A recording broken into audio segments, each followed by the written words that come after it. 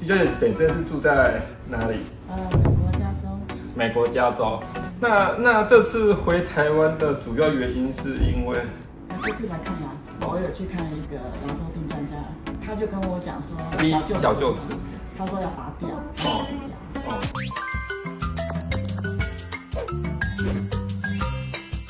牙药宝找三宝。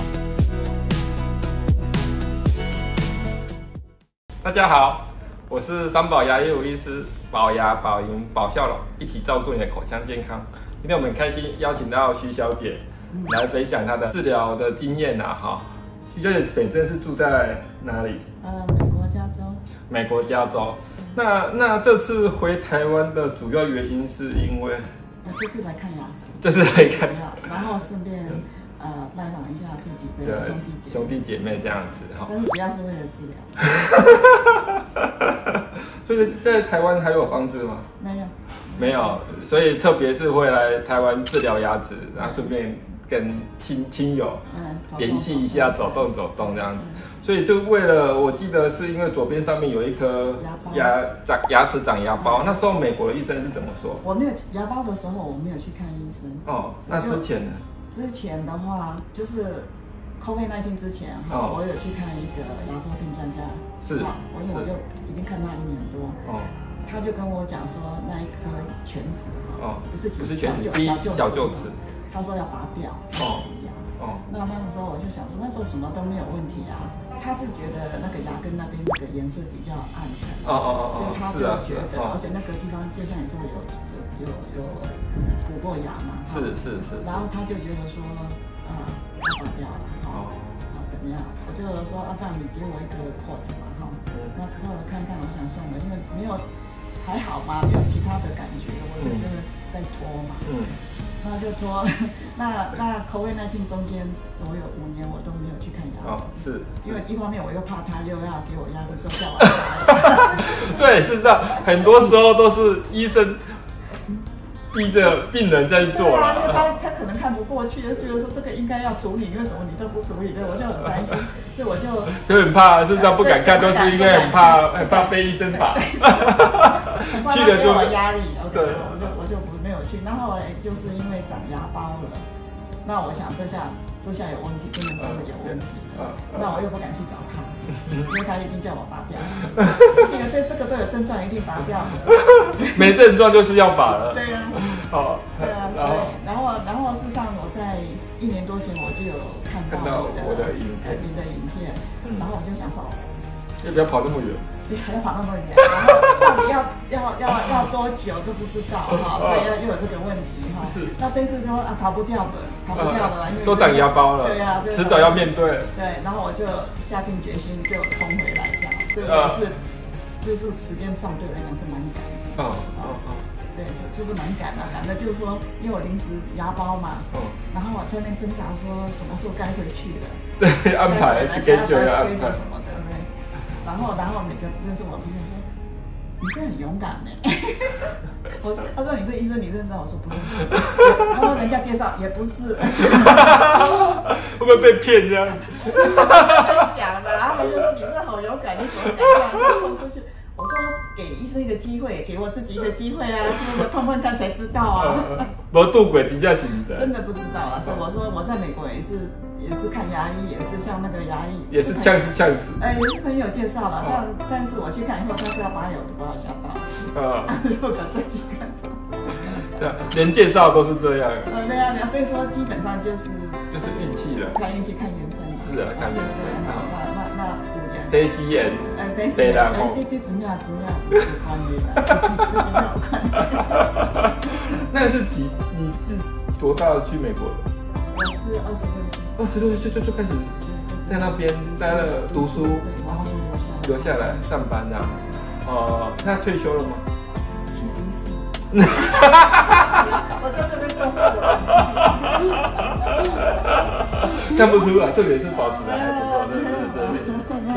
对，保持的很好，很有活力这样，所以徐小姐来啊，我们评估我们当天就有测那个牙神经的活性对吗判定是因为他之前补的蛀牙啊，造成细菌已经跑到神经管里面，那个牙包是因为神经造成的啦。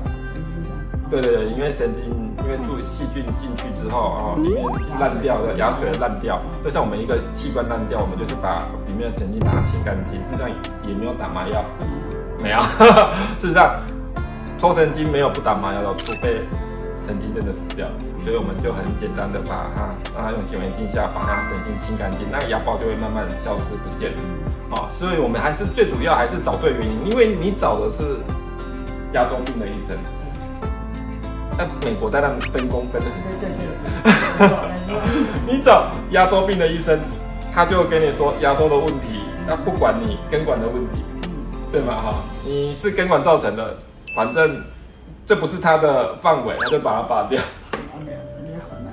对对，就像你找植牙的医生，不管是什么问题，都是拔掉植牙。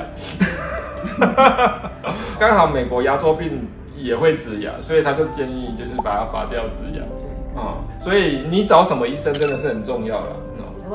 如果你找到的是根管的医生，他就跟你说你这个抽神经就好了。牙包就不见了。你找到的是牙周的医生，他不会处理，他就建议拔掉。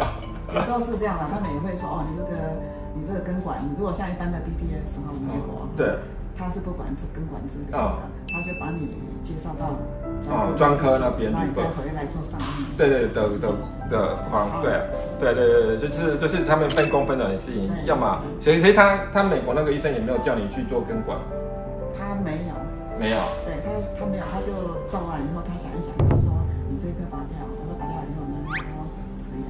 对啊，他也没有介绍说要出去做什么。对他没有refer出去了。他没有refer出去。但我知道别的医生，像以前我太太跟日本牙医，他就会介绍出去。他就然后再回到他那边做上面的 restoration 这样子。对啊，如果有这样refer，是这样，医生也就不用那么辛苦，因为他也没诊断出来什么原因，他就叫你，对，他也只是这样比较把它拔掉。如果有找到原因，refer出去，这样子就可以不用跑这么远，对不对？回来这样一个经验蛮不错的。所以我们就当然这一颗真的也拖比较久啦，也有一些连带有一些牙周病的问题，我们就一并处理牙周病跟水雷射，还有显微根管就一并处理。针对之前的蛀牙的部分，我们当然蛀的部分比较靠近牙根呐，而不是表面的蛀牙，所以我们建议还是做个牙套把它保护起来，这样子效果是比较好一点零拔牙救援成功。我们怕牙根的时候，怕之后有可能会断掉的风险，所以把它后来最后就是做个牙套把它保护起来，所以整个疗程大概是这样。对，来跟大家分享一下这经验，为了一颗不是。可是那个已经长牙包了。对啊，还是得处理的。好，所以找对原因去做处理，事实上都不是问题。那我们医生的责任就是当然是诊断啦，找原因。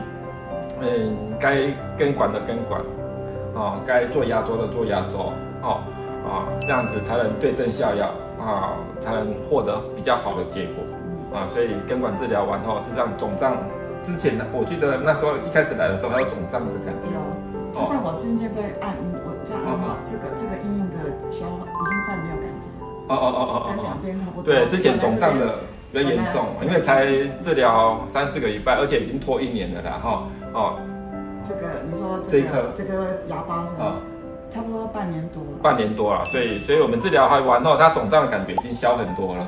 现在完全没有感觉，连那个硬硬的都慢慢不见了。对啊，所以只要找到原因去做根管治疗，显微根管，事实上慢慢的发炎的问题都可以改善。这样我们也是彼此都很满意。谢谢。对啦，助理要帮我们安排时间对啊，所以要配合大家，不是我一个人功劳，是让助理到柜台到时间上都各方面都能配合，才能让远道而来的患者有一个美好的 ending 这样。谢谢美好的 ending， 对。OK，谢谢阿姨的分享，谢谢，好，拜拜。牙药宝找三宝。